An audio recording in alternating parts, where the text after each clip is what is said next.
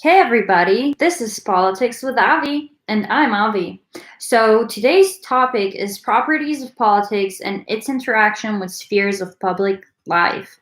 First of all, we should know the ontological, morphological, and procedural properties of politics. Thus, the ontological, revealing the essential features of this type of human activity, is the property of competition which demonstrates that political interaction is the result of a collision of various group interests and their accompanying norms and rules, values and traditions. In short, the most diverse components of power struggle.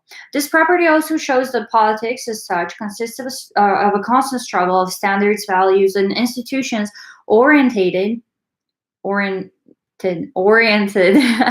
to the dominance of different origins. Therefore, in some cases, the methods of political settlement may be aimed not at reconciliation, but at fueling conflicts, not at dialogue between groups, but at preventing it. An important feature of politics is its asymmetry, which expresses not so much the temporary nature of the balance of power achieved between the participants of the political game, but rather the impossibility of its permanent maintenance, and consequently, the mobility of relations for political power. Because of this, politics appears as an internally reversible, fundamentally unbalanced phenomenon in which conscious and spontaneous actions, organization and disorganization, order and chaos, balance and imbalance, stability and instability, are intertwined. Purposeful actions to lead society are undermined by spontaneous protests of a dissatisfied part of the population. Laws and norms of socio-political life collide with customs and habits that contradict them, both at the top and at the bottom. The order and rationalism of political relations are overtuned by irrational, unpredictable reactions of the population, etc. Given the invariably sharp competition in the area of public power, fraught with the most unpredictable consequences, it is impossible not to recognize that politics is an extremely risky venture type of social activity. Here, as in any other sphere of society, the investment of forces, capital, and human energy cannot give any compensation for the effort spent. Unexpected loss in the elections, the sudden resignation of a previously successful minister, the fall of the government, and the crisis that causes a general destabilization of social and economic order, and other well-known and constantly occurring facts make it necessary to treat politics as a field of action with increased danger for the implementation of human plans. Politics, as already mentioned, can penetrate any various spheres of social life, giving these or other problems a truly national scale. This property of inclusiveness testifies to the instability and mobility of the range of issues that are considered by the state authorities as politically significant. An essential ontological property of politics is its spatiality, topology. This feature characterizes politics as a three-dimensional environment in which the activity of forces fighting for power is localized in certain points, places, and areas of territory. From this point of view, politics is a kind of physical space in some parts of which there are, let's say, intense political relations, and in others, competition for power is significantly weakened. The ability of politics to deploy its processes in time is explained by its property of temporality. Morphological properties reflect the basic features of the structure and sources of policy formation.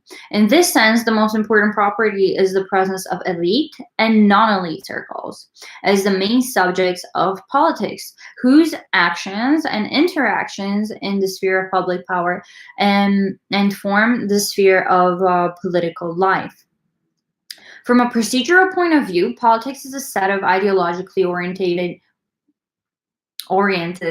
actions of various subjects. This property is most clearly manifested in the clash of goals and programs of ruling and opposition parties. the course of the authorities, which does not enjoy the support of the population and popular expectations, the opposite of polarized political cultures and ideologies, etc. Next up is the interaction of economics and politics. So, first of all, I would like to begin by pointing out that in contemporary politics, as we have all seen, economics is not the main interest. The main interest is definitely, I would have to say, especially in reference to foreign policy, national interest, national security, rather. But let's continue on with economics, and we'll see throughout the text what exactly we mean by this, how it is important, and everything like that that is beneficial to our learning. So, the interaction of economics and politics plays a crucial role in the development of society. Yes, this is of course so. The economy is the most important factor determining the political life of society. For example, many believe that a poorly developed economy inevitably implies the centralization of power and strengthens authoritarian tendencies. At the same time, economic growth in society and an increase in per capita income contributes to the establishment of pluralistic democracy. At the same time, it is not necessary to say that the economy primarily determines the political sphere of life, nor can politics be seen as the main determinant of the economy. In general, the economy, by determining the material basis of people's lives, determines the nature of social differentiation of society. One form or another of the state responds to the social demands of groups, forces policy to act in the direction of making certain decisions. Although the influence of economic relations on politics is not always noticeable in everyday life, it does exist. And here are three factors. One, people's political interests are primarily determined by their economic interests. For example, some will be interested in reducing taxes while others will not. Some want to reduce social spending in the state budget while others do not. Accordingly, different social groups will come up with different requirements and programs. Finally, economic interests force the business elite to finance election campaigns and directly influence politicians to make business-friendly decisions. Two, economic instability and crisis generates a crisis of confidence in the existing government. Are the reasons for its change the growth of unconventional forms of activity and even revolutions? Three, the state's foreign policy is based on the interests of the national economy. This is evidenced by the practice of Western governments. Sorry, I was about to say Western moms. It was like Western governments putting pressure on the governments of oil exporting countries to lower prices for raw materials, or by practice of ensuring the interests of their own transnational corporations in other regions of the world. The reverse effects of politics on the economy is shown in the following four. One, stability of the political situation affects the stability of economic life, making the country attractive for investment. Political instability leads to capital flight abroad, to brain drain. Two, implementation of scientific and technical policy affects the growth of labor productivity, affects the conditions and content of labor employees. Three, an influence through the implementation of the functions of the state. Four, policy changes the economic environment by justifying new concepts of economic development and their implementation in economic reforms. The development of distribution production in any society creates problems, some of which are political. For example, they cannot be solved without the use of specific political institutions and procedures. The source of such problems is, first of all, the transition from one type of production to another. They entail changes to the relations of society with nature, production relations, and systems of distribution of goods, and cause major social shifts. Politics has significant opportunities to influence the development of production and distribution by solving the political problems it generates, changing the rules of law, forms of ownership, mechanisms for managing production and distribution processes. However, this is limited by the needs and capabilities of production, distribution itself. Political decisions that do not correspond to them can permanently distort the development of production. The instability of the country's political life has its root cause in the absence of a clear, scientifically based long-term state program for the country's economic development. The issue of the relationship between politics and economics in Russia, in Russian political science, for example, is given the greatest attention. But this does not mean that the relationship of politics with other spheres of society is less significant or has less significance in the public life of society. So, next, policy and law. This is very important. Politics is inseparable from law. The rules of which regulate political relations set the rules of the political game, defining the framework for the activities of both the ruling elite and the governed majority. The legal spheres enshrines in the current legislation the basic principles of political domination of certain forces. Law is a system of requirements for the joint existence of people in society, which is predetermined by the very nature of society, and without which its existence is impossible. It acts as an indicator of the maturity of the policy of a particular class, stratum, nation, or state. The law defines the boundaries and opportunities for the activities of both the opposition and the ruling structures. The law itself, in turn, is a complex phenomenon, a product of the existing culture, religions, traditions, interests of the ruling elite, the influence of the world community, etc. Being a product of the state's activity, the law at the same time serves as its regulator. In specific political systems, the relationship between politics and law is quite contradictory and ambiguous, not only in totalitarian and authoritarian countries, but also to a certain extent in democratic countries. Political loyalty often becomes above the law. So here we're going to discuss the relationship between politics and morality.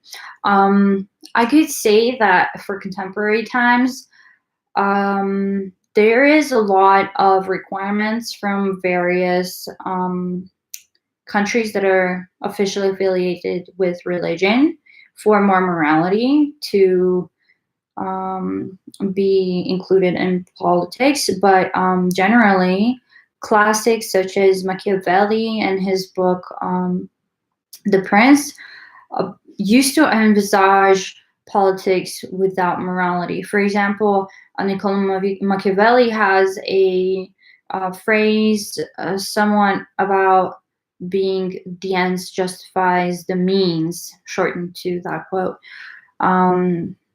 This is quite interesting because even though Niccolo Machiavelli was a diplomat, for the times when he wrote, the times of Medici ruling Italy, it was something necessary to wage war, to control, to forge your way into power and maintain it. While in our post-industrial society of today, our contemporary technological era, things are very much different, and hence requiring to have moral politics, to have professional, political, ethical behavior is something I think is normal and actually very beneficial to our contemporary system. So anyway, let's go forward to the main